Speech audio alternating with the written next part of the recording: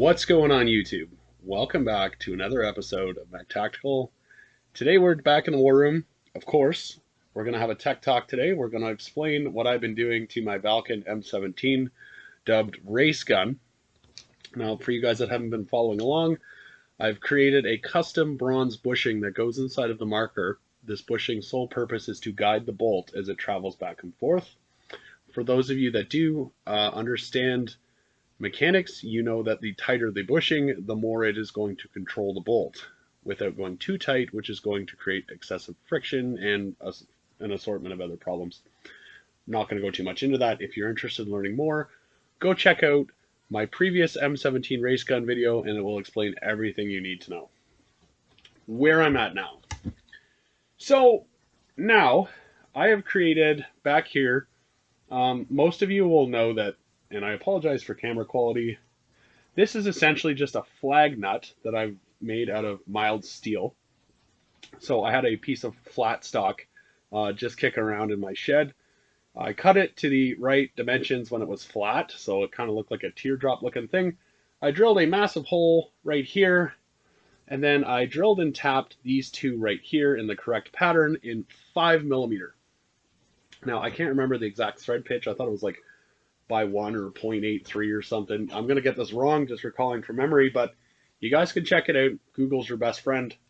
So yeah, the back half of my marker is now bolted, clamped, so it doesn't float back here anymore. And I mean, float was a relative term because it does have a bolt here and a bolt down here that kind of sandwiches the trigger mechanism against the marker body, but that did nothing for securing the HeatCore in place. Now, I work on things in measurements of 10,000ths of an inch. Okay, that's like really, really small.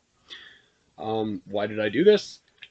Because these bear paws and little R clips are not best friends. You lose an R clip at a field and it is gone. You put your marker away for the day because, well, you don't want that pin or pins flying out while you're playing paintball and your tank is just gone, taking the back half of your HeatCore with it. Don't want that. Okay. Another side note is that since I've clamped the backside of the marker here, the bolt reset handle seems to flow a lot easier. And I don't know why. It could just be my imagination. Don't go out there and do this just because of what I said. I haven't proven any of this stuff actually works yet. It's just a little project I'm doing. A little bit of entertainment for you guys. Okay, so there's the back half. You may have also noticed that all the other M17s down here on this fastener, they've got like an eyelet bolt with a key ring wrapped around it. I didn't want that. That was constantly getting in the way of my hand.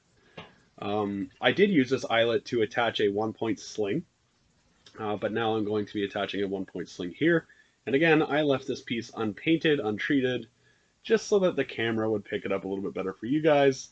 Again, I don't have the world's best camera technology. I'm sorry. Moving on. I busted my detent. Somebody on the internet just told me that I was full of crap and there was nothing wrong with Milsig detents. Well, it actually turns out that I busted mine. Probably because it's seen about 25,000 cycles.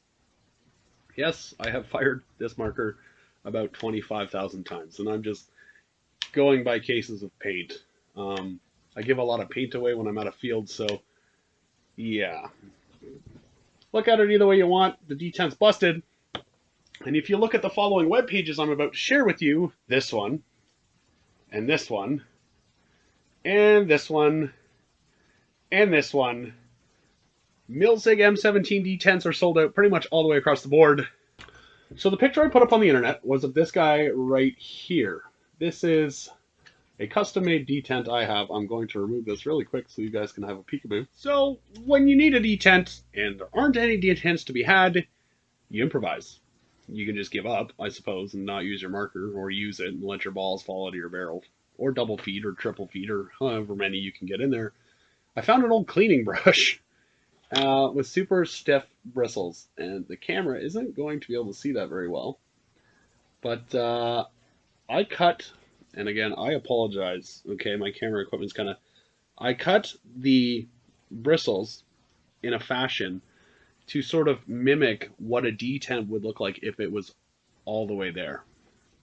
So this, which will hold the ball back effectively, I've loaded magazines into this thing and then just banged it off the table trying to get the ball to come out of the breech, and it didn't. So this effectively holds the ball back.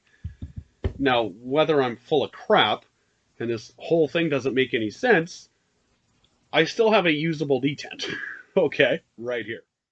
Okay, so let's talk about the MagWell. Some of you might have figured it out by now based upon the photos that I've shared on the internet. It is from our friend Ray at MagFed Maker. What an awesome piece of kit. I'm going to leave a link in the description below how you can reach him and find him. Most of you already know there. Most of you already run his products. This is a Tippmann TMC MagWell, or Tippmann MagWell, because the mags also work on the Stormer. Why did I do this? I know some of you are like, no, first strikes. I have a CQMF, fires first strikes. So, open class days for me, this guy right here, round ball, all the way. Round ball precision, that's what this guy's going to be for. It's going to be fast. It's going to be efficient. And for me, TMC MagWell was the way to go for something I didn't want to spend a whole lot of time screwing around loading mags with on open class days, because let's face it, the guys with the speedball guns, they take a bag of paint, they dump it into 4 or 5 pods, and then they're set, ready to go for the next one. Quick air fill on the way back out on the field. For MagFed guys, typically you're loading the rounds into your mags one at a time, unless, like me, you have a Tippmann reloader. Excellent. So now I have a full auto M17 that takes TMC mags, that has super precise internals, super precise custom internals, that will allow me to remain competitive on open class days. Super cool, right? At least I thought so. Let me know what you think so far of the race gun build down in the comments below.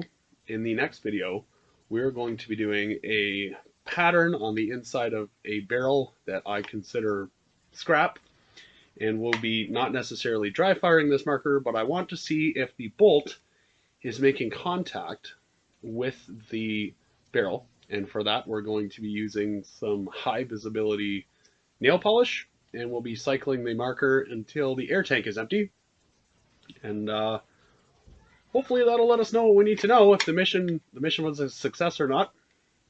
And I'll be sharing that information with you guys. So don't forget to hit the like button, leave a comment down below, and subscribe. Hit the alarm bell because I don't want you guys to miss this or jump on the train halfway through.